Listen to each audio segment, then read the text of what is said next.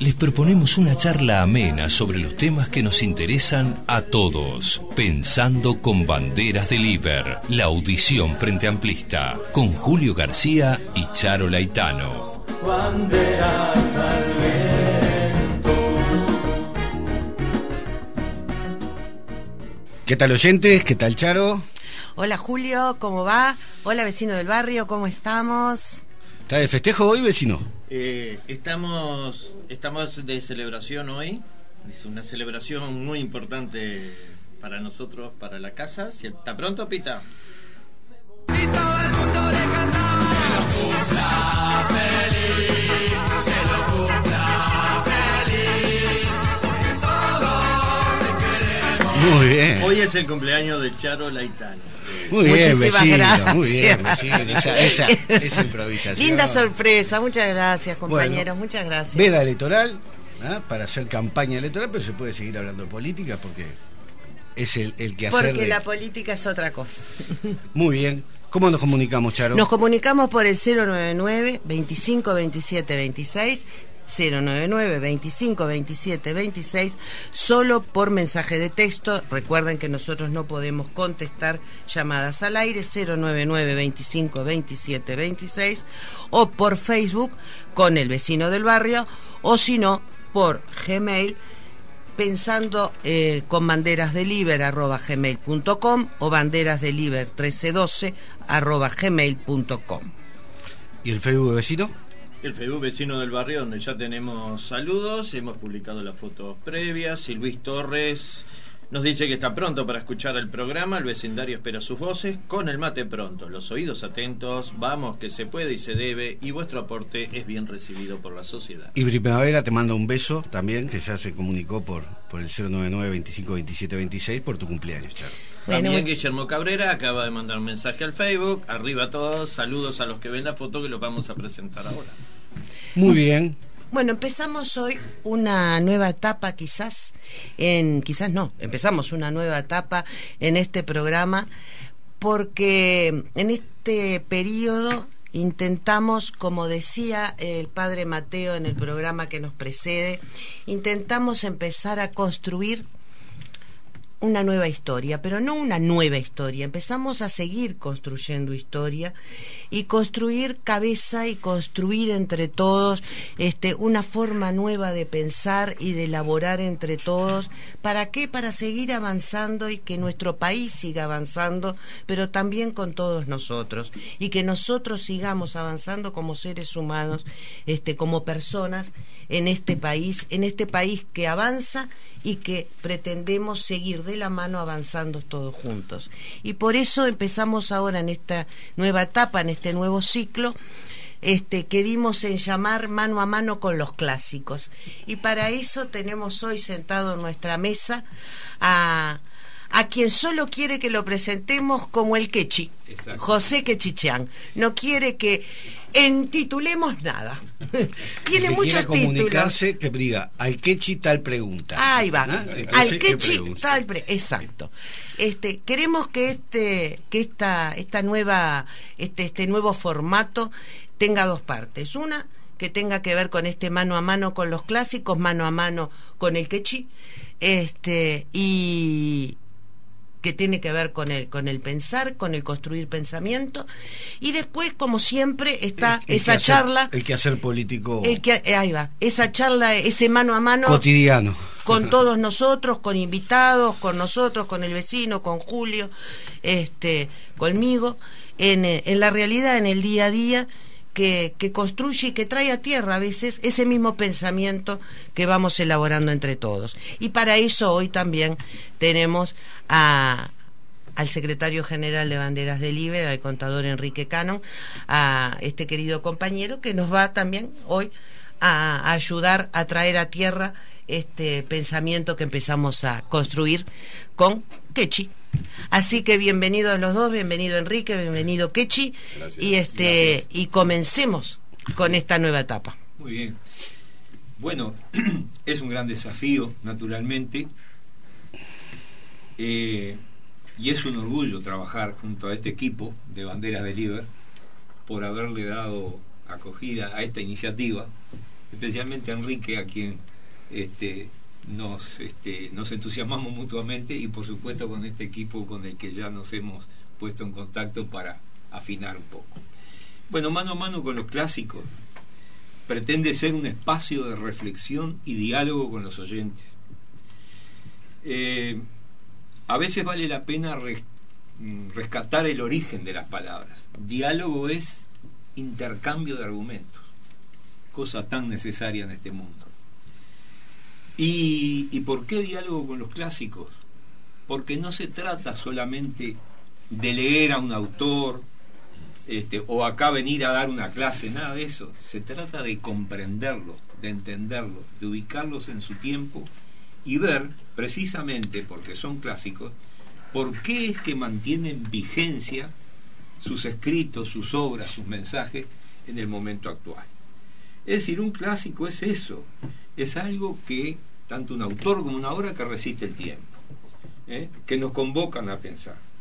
¿Y por qué? Porque han abordado temas que son permanentes: la justicia, la violencia, la igualdad, la libertad, y todo esto son temas que siguen estando 25 siglos después de cuando se inventó la política en Grecia, presentes.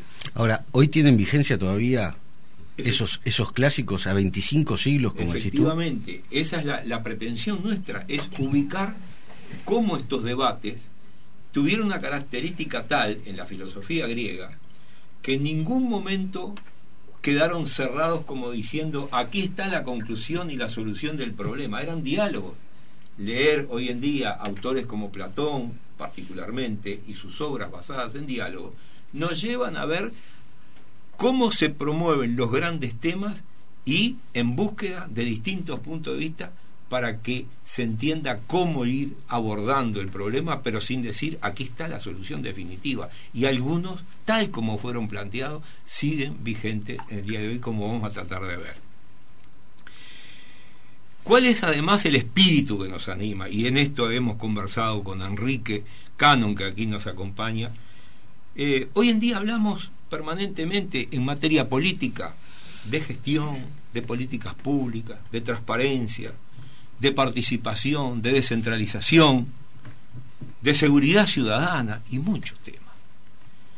Pero la política tiene que ver con la ubicación del ser humano. Es decir, el mensaje que acabamos de recibir de quienes nos precedieron y que Charo lo destacaba. ¿Cuál es la ubicación del ser humano? ¿Es ajena? ¿Es prescindente? ¿Es clientelar? ¿Es militante? ¿Es participativa en la sociedad civil? ¿Es basada en convicciones? ¿Es desideologizada y pragmática, como dicen algunos? Bueno, quizás, y este es el gran desafío, hay que volver a encontrar una ética, porque la política surge para asegurar precisamente que los seres humanos encuentren formas de convivencia civilizadas, como diríamos hoy, pero superando todo lo que es un pasado que venía distinto. La idea es que nada surgió, porque a veces escuchamos que algunos comunicadores o algunos que toman micrófono se creen que la historia empezó hace 15, 20 años, 30 años.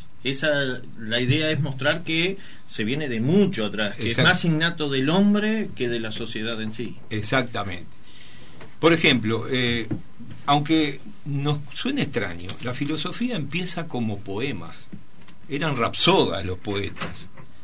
Iban dando sus explicaciones en medio de cantos, ¿no? Como los rapsodas. El rapsoda es el que teje una narración, ¿la verdad? Un canto. Y bueno, en los antiguos cantos aparece fábula como la del halcón y el risueñor, es decir, un pájaro cantor que queda atrapado en manos de un ave depredadora, y el poeta dice: necio es quien pretende oponerse a los más fuertes, es despojado de la victoria y sobre los ultrajes sufre los daños. Pero agrega: pero los seres humanos no somos animales, y plantea el problema: no somos bestias, nosotros debemos basar las relaciones humanas a la justicia, y por supuesto invoca a Zeus. Pero esto fue en el siglo VII antes de nuestra era. Es decir, antes que incluso aparecieran los filósofos, ya los poetas venían reclamando justicia frente a los poderosos. ¿Qué poderosos? Bueno, en Grecia había verdaderos señores feudales, había todo un problema con la tierra, con la propiedad, y grandes conflictos. Y esos grandes conflictos fueron derivando hacia una distinta constitución de la sociedad. Pero lo primero que había que vencer para que surgiera la filosofía es vencer los mitos. O sea, había una tradición mítica que era un relato sobre Dios. Todos sabemos que en Grecia se hablaba de que Zeus era la justicia, Palas Atenea la diosa de la inteligencia, Afrodita la del amor. Formidable. Pero alguien empezó a pensar, bueno, pero ¿qué pasa con la naturaleza? ¿Qué es lo que nos rodea? ¿Esto que existe surgió de la nada? No, la respuesta es nada puede surgir de la nada. Siempre existió algo. Ahora, ese algo, ¿por qué se transforma? ¿Por qué hay procesos que generan vida? Y ahí comienza la filosofía, ¿no? Vamos a poner un poco de humor. El 28 de mayo del 585 a.C. ¿Por qué? Porque ese día Tales predijo un eclipse. Entonces alguien dijo, ese día comienza la filosofía. Entonces, pero ¿qué pasó? No era suficiente la explicación mítica. ¿Por qué perdemos una guerra? ¿Por qué hay injusticia? ¿Por qué tenemos conflictos internos? Era como aquello que siempre decía un vecino mío, los griegos lo que tenían, como no tenían televisión ni nada, se tiraban en el piso, miraban las estrellas y se pusieron a pensar. Claro.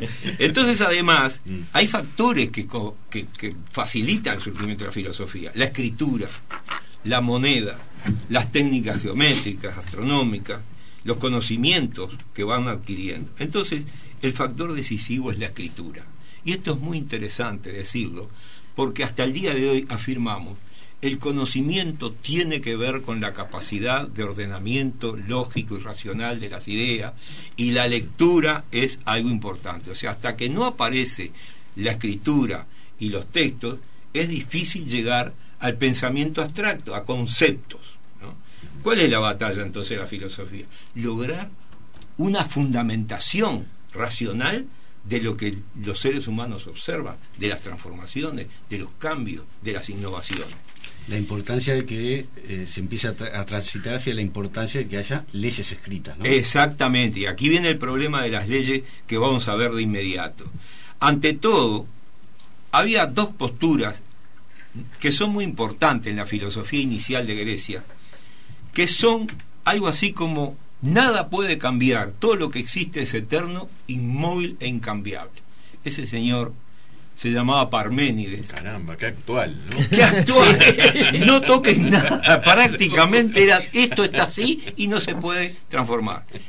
Por otro lado, había un señor llamado Heráclito, que es conocidísimo porque dijo: es imposible sumergirse a un hombre dos veces en el mismo río, ¿no? Porque ni el río ni el hombre son lo mismo. Y alguien que tiene humor dijo: es imposible subir dos veces al mismo ómnibus de Cusa, porque ni el ómnibus de... Bueno, ese ya hizo un poco de humor filosófico. Que pasaban por Efeso. Exactamente. Por Éfeso, ¿no? Una esquina ahí en la actual Turquía. Pero entre Parménides y Heráclito caminan por 18 de julio, a ver si me explico. ¿En qué sentido? ¿Cuánta gente dice, no, lo existente es eterno, inmóvil, y además, bueno, Parménides decía, las sensaciones no son de fiar, no te guíes por los sentidos, por el oído, el tacto. Y Heráclito decía, todo cambia, todo fluye, y ojo, hay que mirar y observar con los sentidos porque son de fiar. Qué piola Heráclito, ¿eh? No, Heráclito le llamaban el oscuro, porque tenía frases que, por ejemplo, la guerra es el padre de todas las cosas, ¿no? Y vaya a saber por qué lo dijo, pero tenía sus razones. En realidad lo que quiso decir es que todo lo que existe en contradicciones. El día y la noche, lo frío y lo caliente, la vida y la muerte. Para Heráclito decir, cuando nacés empezás a morir. Oh, fíjate vos, claro, empieza la cuenta regresiva. O sea, eso tiene la contradicción lógica, dialéctica, ¿no? Exacto. Es antigua. No la inventó lo que creen que fue Hegel y después siguió nuestro Carlos. No, fue antes. Entonces, bueno, pero entonces había que vencer en aquella época la idea del destino. El destino era algo así como la Moira, ¿no? La Moira te asignó a cada ser humano un libreto que no lo cambia nadie. Hoy Y le ese- dicen el karma. Claro, por ejemplo, Edipo estaba predestinado a un crimen horrible. ¿Sí? Pobrecito. Incesto y asesinato, ¿no? Entonces, sí, eso es terrible. Bueno, tanto ha significado ese mito que, bueno, pero en determinado momento alguien dijo, no hay destino, no hay Moira. El hombre es el dueño de su vida sobre la base de ascender al pensamiento racional. Se complicó. Se Ahí complicó. Anda, carajo, Bueno, carajo. tanto es así que... Ojo, señor. Estamos para elaborar y ascender en el plano de lo humano. Dejemos que veamos qué es lo que le pasa con estas cosas de los poemas homéricos y todo. A Platón se radicaliza y dice, no quiero poetas en Atenas, por favor me los detierran a todos. ¿Por qué? Porque viven generando oscuridad, ilusiones, fantasía, pensamiento mágico. Y esta ciudad que está en crisis, que es Atenas, ¿no? Porque entra en una crisis, necesita otra cosa. Y ahí instaura un mito, porque a la vez que combate el pensamiento mágico, fantasioso, se basa la filosofía y utiliza también elementos racionales y elementos míticos. Uno de ellos es el mito de la caverna, tan presente en nuestros días, que Charo ya me está mirando. Que me encanta. Imaginen ustedes una humanidad de seres encadenados en una gran cueva, mirando la proyección de un fuego, de sombras en una de esas paredes, sombras a las que consideran la realidad, dice.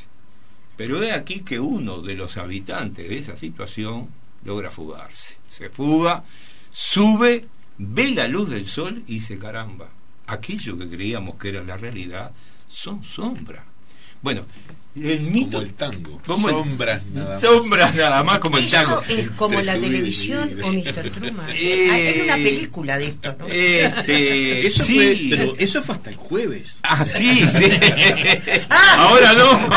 Ahora se pueden subir a ver la realidad. Vean un poco. ¿Lo mostraron? Imaginen ustedes, el mito de la caverna ha sido trabajado de tantas maneras que el pobre Platón, que lo puso en el capítulo 7 de la República, debe estar reclamando derecho de autor. Pero sí. Alguno dice, la misión del filósofo, Platón, es bajar y decirle, muchachos, lo que ven son sombras. Claro.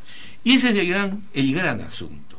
Es decir, lo que quiere Platón, y no en cualquier momento, sino cuando la polis, que es la ciudad, empieza a entrar en crisis, aquella democracia floreciente, llena de éxito, empieza a entrar en crisis, dice, señores, no, hay que sacar a la gente de la ignorancia. Naturalmente, Platón está actuando luego de que la polis ha tenido un auge y entró en crisis. O sea, los griegos hicieron teoría después de haber hecho política.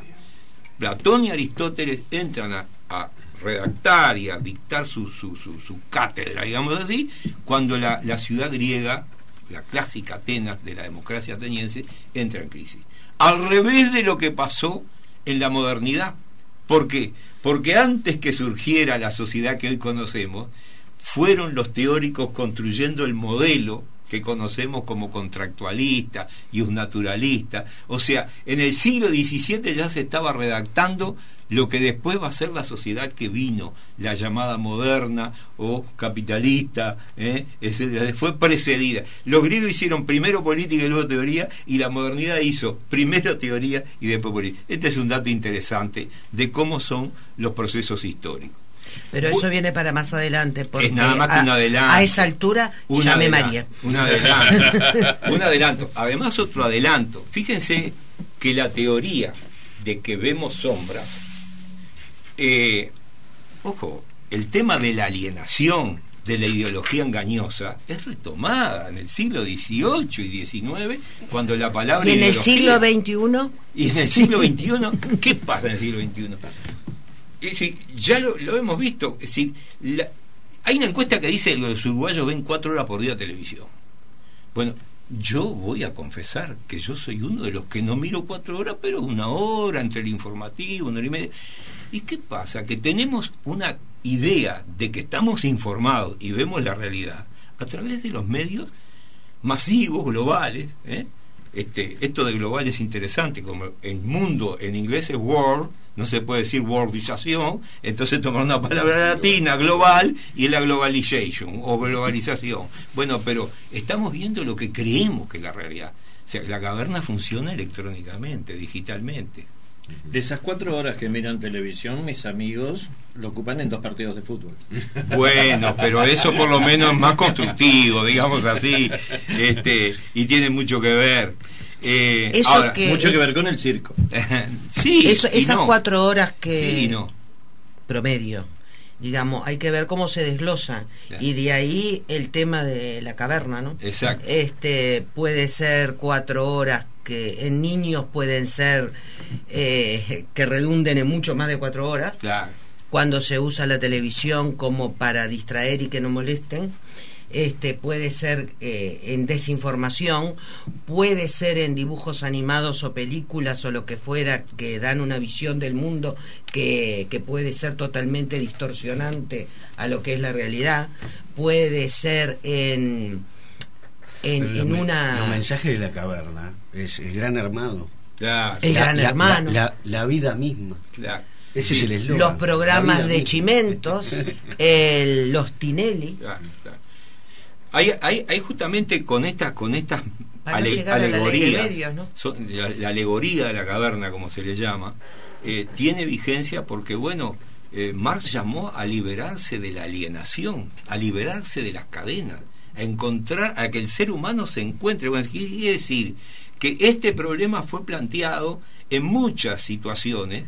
También antes los temas estos estuvieron planteados en otras corrientes filosóficas, y lo vamos a ver. Esto es lo que en filosofía después se va a llamar la filosofía de la sospecha, que quiere decir Marx, Freud, Nietzsche, grandes pensadores que dicen: ¿usted está seguro que lo que usted cree que ve que es la realidad? ¿Usted está seguro que todo lo que usted entiende que es racional es lo que guía su vida? Bueno, y aparece, ¿no?, esto en muchas instancias. Y te das cuenta que me estás diciendo, Sí, autores, que sí. no todos hicieron su foco Sí. en temas políticos, No. sino en temas psicoanalíticos, Pero- filosóficos, políticos. Empezando por Descartes, ¿no? El amigo René Descartes, que dijo: yo de lo único que estoy seguro, y que cito porque pienso, pero después dudo de todo y quiero poner todo bajo la sombra de la duda y analizarlo, y ahí empieza la modernidad. O sea que estas cosas de los griegos no son tan viejas y vuelven permanentemente al presente. Entonces mi señora leyó Descartes, porque ella duda de Duda, todo. sí. Y vive en la sospecha continua. Vaya viendo, es descartesiana. Bien, si hacerlo ameno nos facilita transmitir el mensaje, es porque no queríamos ser académicos ni catedráticos. Por eso un poco la historia es tratar de que todos se interesen en leer. ¿Qué es lo que lograron los griegos? ¿Por qué trascienden históricamente? Crearon la ley escrita. Es decir, antes había que resolver los problemas de las tierras, de la deuda, de la esclavitud, de esto y de lo otro, y todo era de acuerdo a determinadas reglas, pero era adoptadas en secreto. Y había algunos grandes personajes como Solón y Clístenes y Dracón, ¿no?, que crearon algunas reglas, pero no había nada escrito. En el momento en que se crean las leyes, todo lo que es la participación, las instancias para dirigir las decisiones, el arbitraje de los conflictos, el castigo de los crímenes y delitos, todo eso pasa a estar en leyes escritas. Y este es el primer principio de la organización política, la ley, ¿no?, concebida como texto, aprobada, guiada por reflexión, etcétera, etcétera, etcétera. La invención más notoria de los griegos es la ley, que le da, como dicen, el alma a la ciudad, cualquiera sea la situación. Y ahí es donde aparecen las ideas de Platón. Platón quiere que frente a todo lo que es confusión de la caverna, mitos y poemas y fantasía, haya un verdadero acceso a la verdad. Ahí está.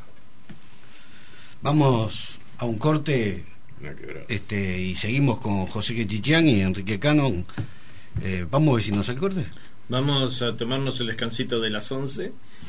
Y nos seguimos comunicando por el 099 25 27 26. Exacto, y seguimos en esta charla súper de mano a mano con los clásicos, con el Quechi. No. Mándenos los mensajes si algo no entendió o quiere saber. No se vayan que viene Aristóteles, Ay, Desde Montevideo, Uruguay, transmite CX12, Radio Oriental, en los 770 kHz de amplitud modulada en Canal Libre Internacional.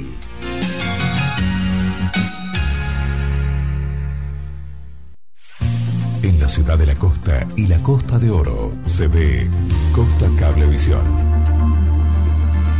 60 señales de alta variedad más radios internacionales con sonido digital por 495 pesos. Con tu nuevo contrato accedes al Pack Movie City de regalo por 2 meses. 7 super señales premium con las últimas películas y series. Estreno a nivel mundial. En la ciudad de la costa y la Costa de Oro se ve CCB. Y ahora 50% off los primeros 3 meses. Solo 247 pesos por mes. Avenida Genatacio, kilómetro 22, 26 82 89 59. Costa Cablevisión. Impactante. El Teatro Solís y la Orquesta Filarmónica de Montevideo presentan Temporada de Ópera 2015, 1 de junio, 20 horas, gala lírica con la aclamada soprano finlandesa Susanna Lebonen, bajo la dirección musical del maestro Víctor Hugo Toro. Entradas en venta en Ticantel y boletería del teatro. Presenta Banco República. Auspician Ministerio de Turismo, Banco de Seguros del Estado, ANCAP, UTE, Air Europa, Splendor, Radisson y Orfeo Express Hotel. Apoyan Fundación Amigos del Teatro Solís, Embajadas de Finlandia y Suecia en Buenos Aires. Invita Radio Oriental. Realiza Departamento de Cultura, Intendencia de Montevideo. Molinsur Sociedad Anónima, empresa constructora, realizando obras para el país, viales, aeroportuarias, civiles. Una correcta gestión empresarial al servicio de las inversiones públicas y privadas. San José 807, oficina 302. Teléfono 2908-1944.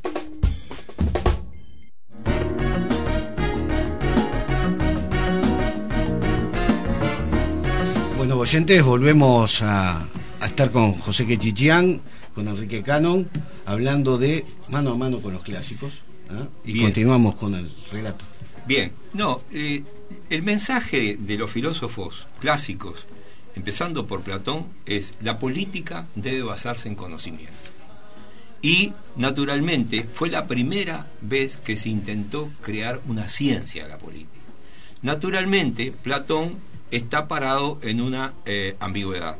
Por un lado, entiende que para conocer la verdad realmente hay que ascender al mundo de las ideas, algo así como una dimensión donde los conceptos puros, sin contaminación, están ahí y hay que acceder por la vía del conocimiento filosófico.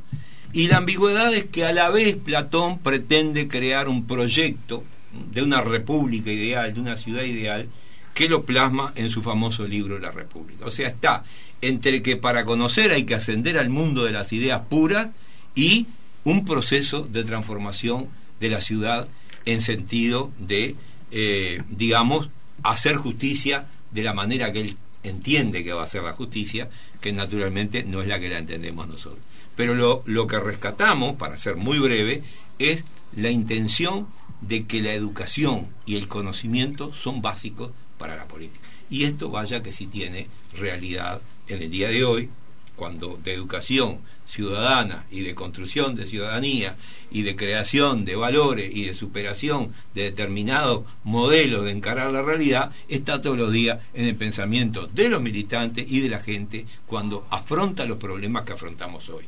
Un mundo donde aparece las invasiones, la violencia, el narcotráfico, el crimen organizado, la convivencia alterada por el delito, etcétera, etcétera, etcétera. Y la gente se pregunta, bueno, ¿pero qué está pasando con los seres humanos? ¿Qué está pasando cuando vemos ejecuciones televisadas? ¿Qué está pasando cuando, en fin, todo lo que horroriza en estos informativos que son deprimentes y que cada día nos mandan? Bueno, esto es la perplejidad que obligaba a plantearse interrogantes fuertes. Y lo importante de Aristóteles es que concibe que solo el ser humano se realiza si es un ser humano que está en la ciudad participando, y se realiza plenamente porque en última instancia, dice Platón, el hombre es un animal político y es quien tiene logos, es decir, capacidad de pensamiento racional. Logos es capacidad de pensamiento racional en la manera más sintética de decir. Y entiende que en la ciudad y en una vida participativa, colectiva, es vivir como conviene que viva un hombre. O sea, en griego eso es importantísimo. La finalidad era lograr un ser humano ideal. Por eso todas las obras políticas y las éticas, ¿no?, éticas que escribe Aristóteles, tienen que ver con saber distinguir qué es lo específico del ser humano. Es más, dice, el ser humano no es ni una bestia ni un dios, es un animal que posee logos, es un animal político, y solo en la ciudad y en la organización, que no se funda en la fuerza bruta ni en intereses pasajeros, puede generarse la virtud del ser humano. Y la virtud era vivir la vida como se debe. Bueno, estos temas... Pero eso en todos los habitantes de la polis eran ciudadanos. Muy en buena ese caso. pregunta, muy buena pregunta.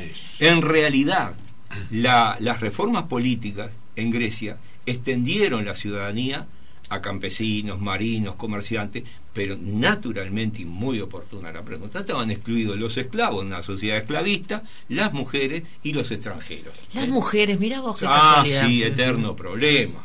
Eterno. Es más, Aristóteles teorizó que las mujeres eran inferiores, etcétera, etcétera, etcétera. Y los esclavos no eran seres humanos. No sé por qué hoy en día, no sé qué escuché hace poco, que parece que las mujeres estamos sí. Somos algo distinto a las demás. De Atenas. Bien. ¿Será por eso?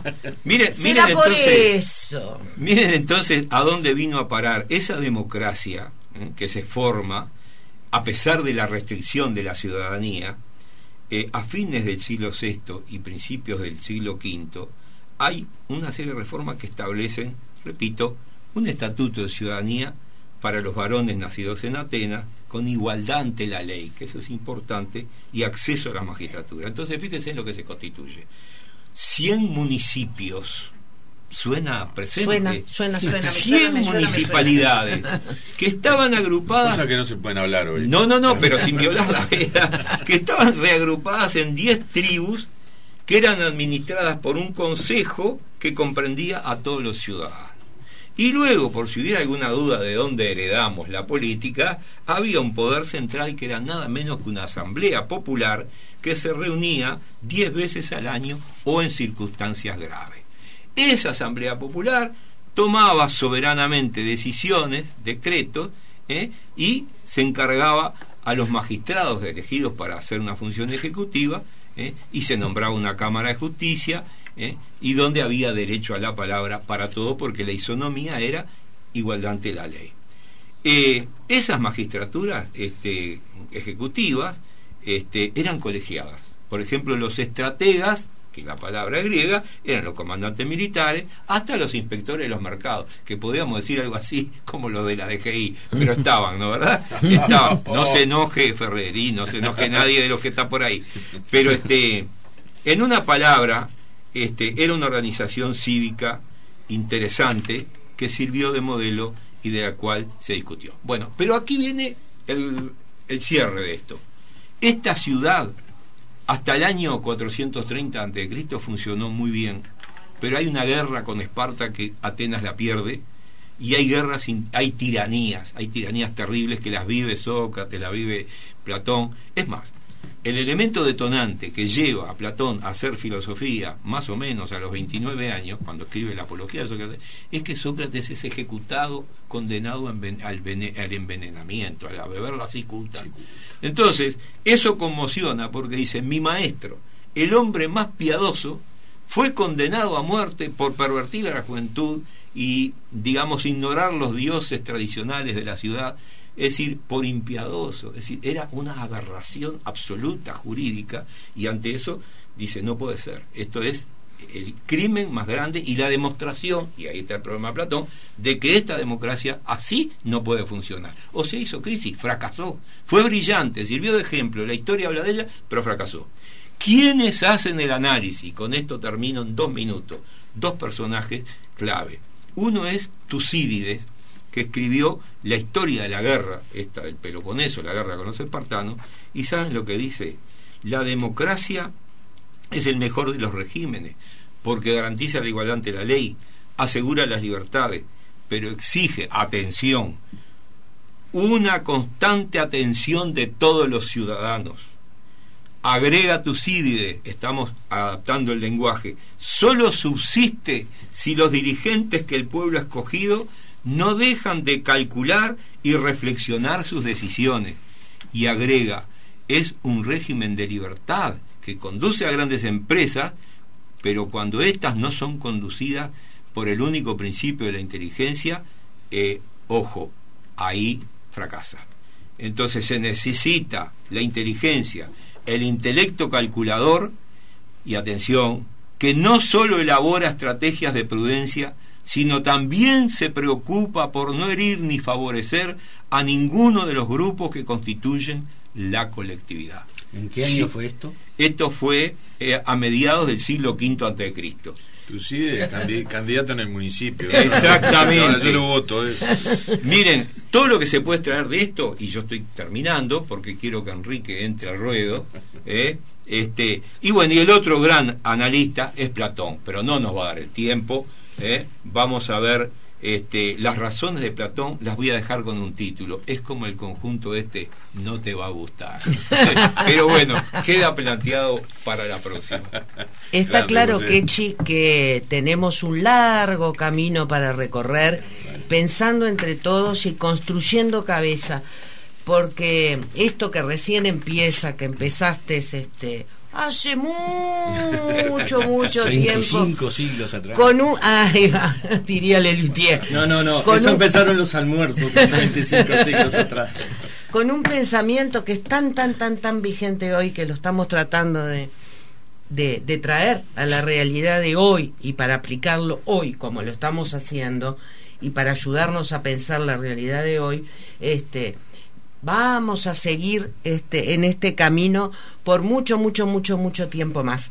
Y para eso también estamos hoy con Enrique Cannon, porque tenemos una realidad que vamos a vivir mañana, respetando la veda. Estamos hablando de una democracia en el Uruguay de hoy que nos va a permitir mañana tener otra fiesta democrática, otra fiesta del pueblo uruguayo, más allá de compartir la mesa familiar con las mamás, porque es un día de la madre que vamos a compartir con todas las mamás uruguayas, pero que también nos llama a la reflexión sobre lo que acabamos de compartir con el Kechi y sobre lo que nos espera en el futuro del Uruguay. Sí, ¿cuánto se asemeja a esto? Y que yo veía cuando hablaba Kechi, asentando con la cabeza, ¿cuánto se asemeja a la realidad de hoy, no? Fenómeno. Como decía un paisano, muriendo y aprendiendo. Yo escucho a Kechi Chiang, y supongo los oyentes también, y voy incorporando cosas que él enseña con esa humildad y naturalidad. 2 apuntes antes de empezar a vincularlo con el presente. Uno es, el oyente se preguntará, ¿y esto qué tiene que ver la filosofía y la política con mi vida actual? La filosofía es una vinculación con la vida, es el amor a la sabiduría, esa es la definición etimológica, y la política es la atención a la cosa pública. O sea, no hay cosas más actuales. A pesar de que nadie sepa que tiene una filosofía, la tiene una filosofía de vida, quiere vivir la vida de determinada manera, y a pesar de que nadie reniegue de la política empaña su vida o la prestigia o la levanta todos los días de su vida. El segundo apunte previo es En mi profesor de finanzas en la Facultad de Ciencias Económicas, una vez hablando de un teórico de la economía, John Maynard Keynes, decía una cosa así como, Keynes decía, mi profesor era Ricardo Pascali, un reconocimiento para Ricardo, algo así como que Keynes dijo que quien no estudia ni historia ni teoría se va a encontrar resolviendo los mismos problemas que hace siglos trataron de resolverse embrionariamente y obviamente ayornados, pero básicamente son similares. Y por eso la vigencia de esto que José nos traía, o sea, no es un adorno, es una cosa de plena vigencia para la actualidad. Y bueno, ahora vamos a la vigencia de la actualidad. Lo primero, vamos a vivir en el día de mañana una fiesta democrática del pueblo uruguayo, y una fiesta democrática nueva, porque este primer nivel de democracia, el que está más cerca del ciudadano, ha sido ensanchado, a pesar de que todavía hay mucho por hacer en este sentido, ha sido ensanchado en estos periodos. No votábamos municipios, no votábamos alcaldes, sí votábamos ediles e intendentes. Ahora vamos a votar eso. Y mucha gente se cuestionó durante mucho tiempo qué es lo que tenía que ver, si no era un oropel, si no era una cosa de adorno. Y bueno, mañana también la ciudadanía va a dar su veredicto sobre si esto sirve para algo o no sirve para nada.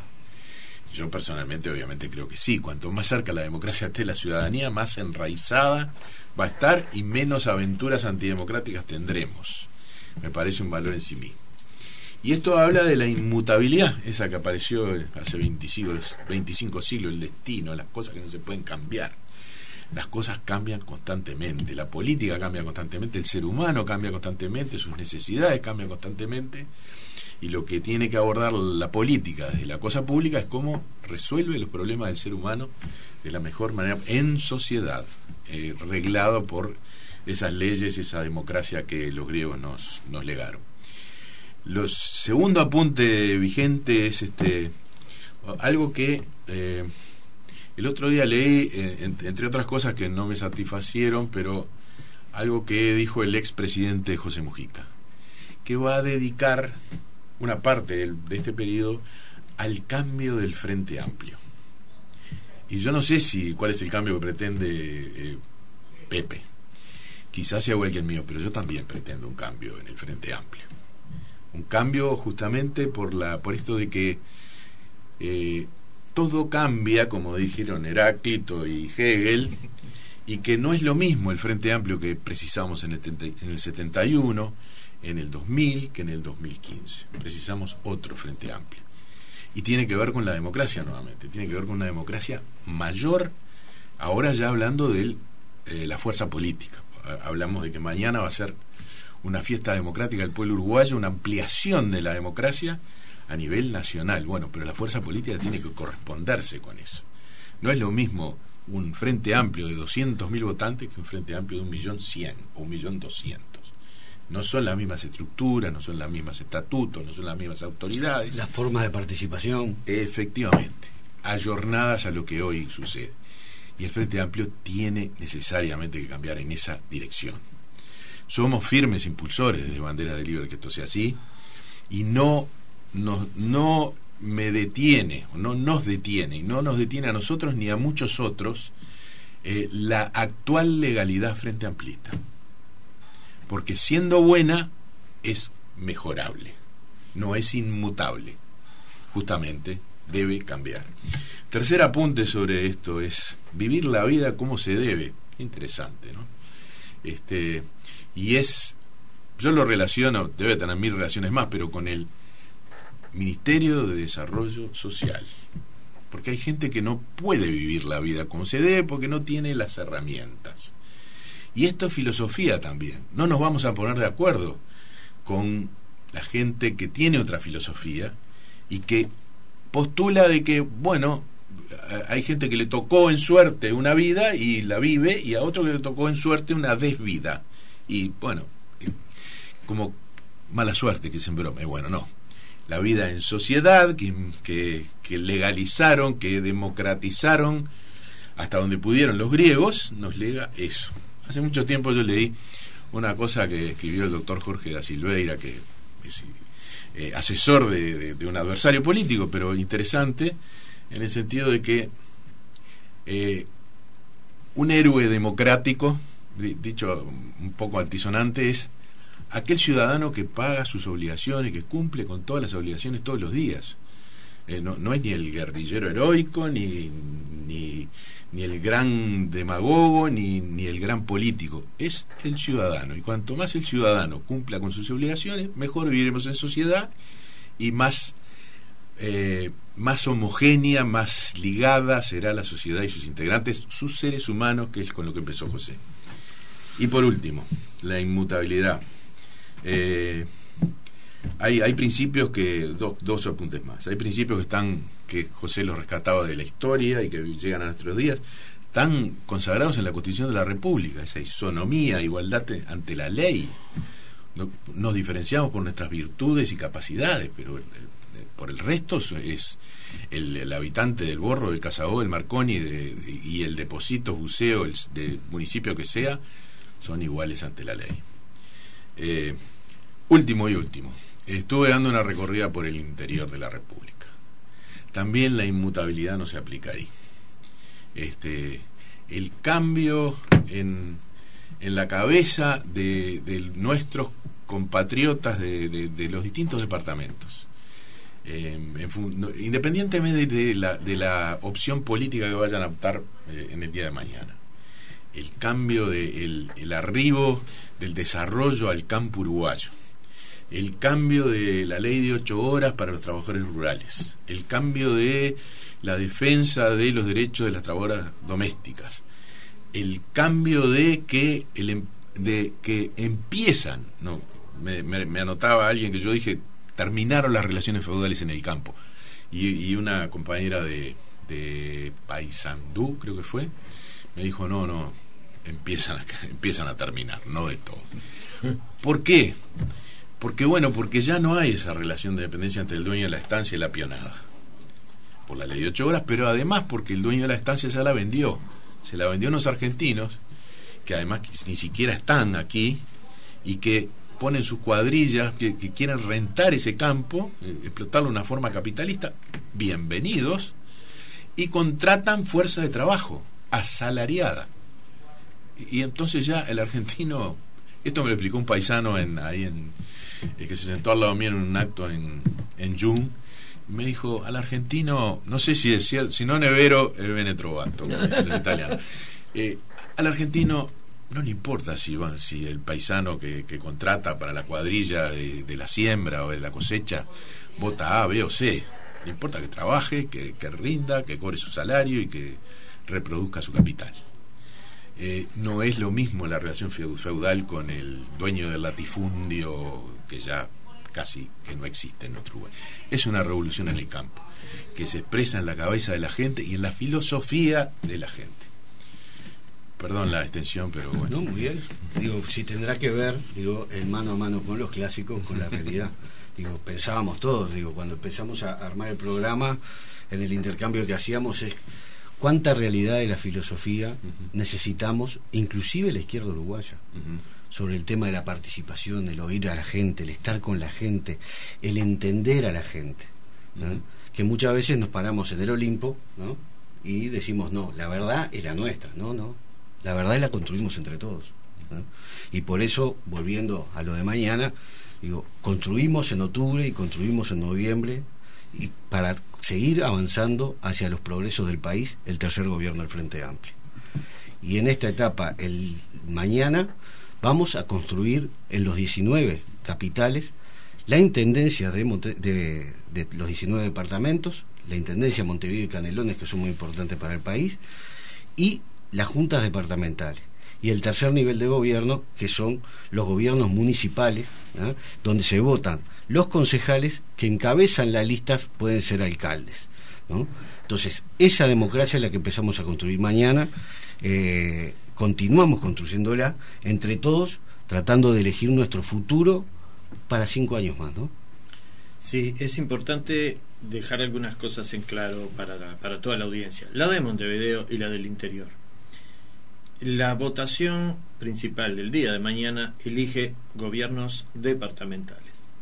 Se eligen lo que se conoce como intendentes y las juntas locales. Para ello se coloca una boleta con los candidatos a intendentes y a juntas locales. En Montevideo, en particular, existen 8 gobiernos locales, llamados los consejos municipales, 8 municipios, en los cuales en Montevideo uno se tiene que asesorar. Si uno entra a cualquier página a buscar, ya le dice cuál es el municipio que usted debe votar. El candidato del gobierno de cercanías al que tienen que reconocer, al que está avanzando, porque esto es un proceso. En Montevideo, junto con su credencial, cuando uno ingresa y pide la credencial, le dice cuál es el municipio al que le corresponde. Es recomendable, a partir de julio, que todos los ciudadanos de Montevideo vayan haciendo traslados hacia esos lugares donde viven. Hay tiempo, hay 4 años de tiempo para ir haciendo los traslados de las credenciales hacia el lugar donde se vive, porque si no, no se puede elegir de otro municipio. Lo segundo, para el interior, que es muy importante, que existen los gobiernos municipales solamente en localidades o grupos, pero en las capitales departamentales no hay gobiernos municipales. Por eso hay algunas consultas que hemos recibido por correos, que las capitales departamentales no tienen municipios, sino que tienen ciudades en el interior. Digo, el caso Durazno tiene 2, Florida tiene 3, San José tiene 4 o 5, Rodríguez, Ciudad del Plata, Libertad, Hilda Polié.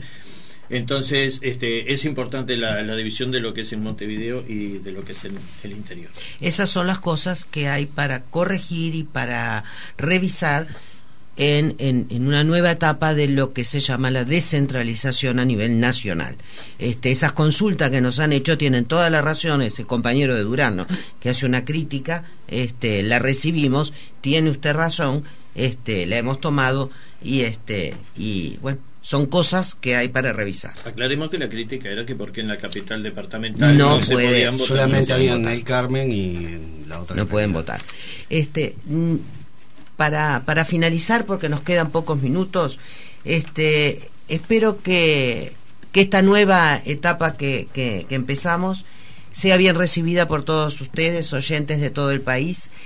Es nuestra intención como grupo político, no solamente como hemos hecho hasta ahora, ser una voz de apoyo a la gestión de los gobiernos frente amplistas, que nosotros con todo amor y vehemencia apoyamos y queremos sustentar, sino que queremos ser también un instrumento, una herramienta para ayudar a pensar, a construir, a formar pensamiento, para que ustedes y nosotros construyamos entre todos algo que nos permita seguir avanzando, una idea, un pensamiento, una forma de poder analizar la realidad de todos los días y para transformar esa realidad en algo más positivo para usted en la realidad de todos los días, que le permita transformar su propia realidad de todos los días,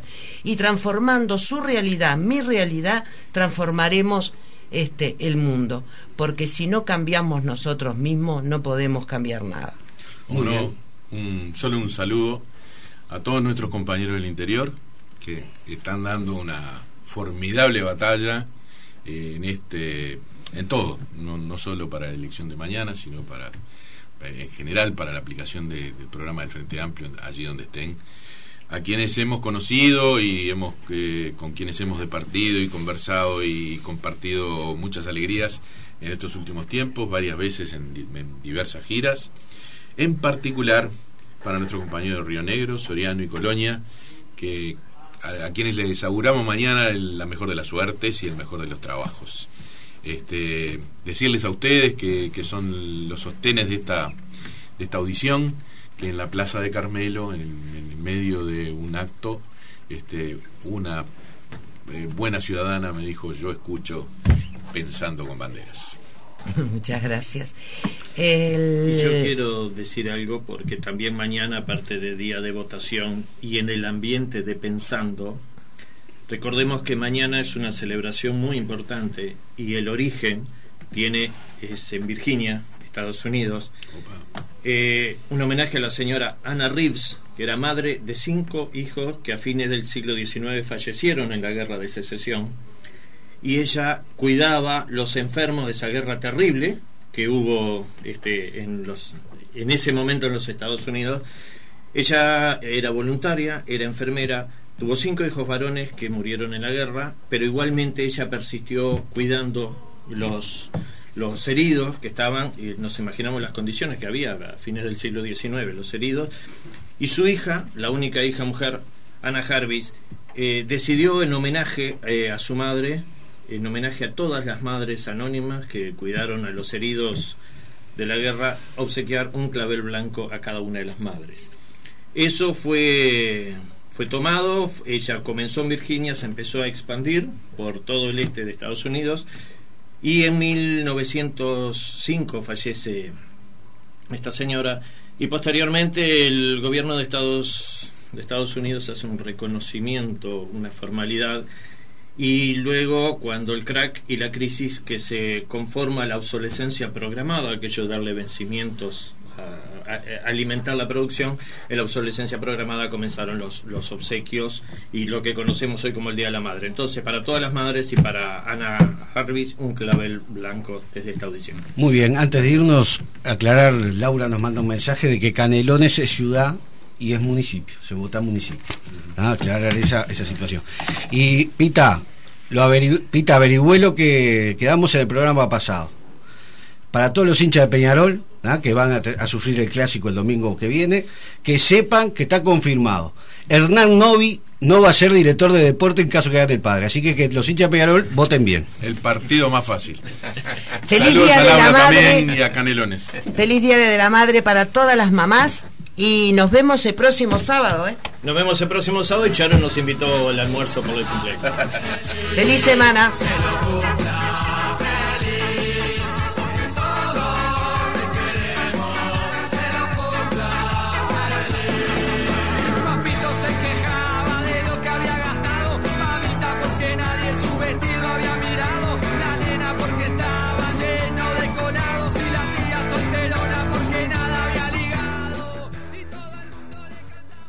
Hasta aquí, Pensando con Banderas del Iber, la audición frente amplista.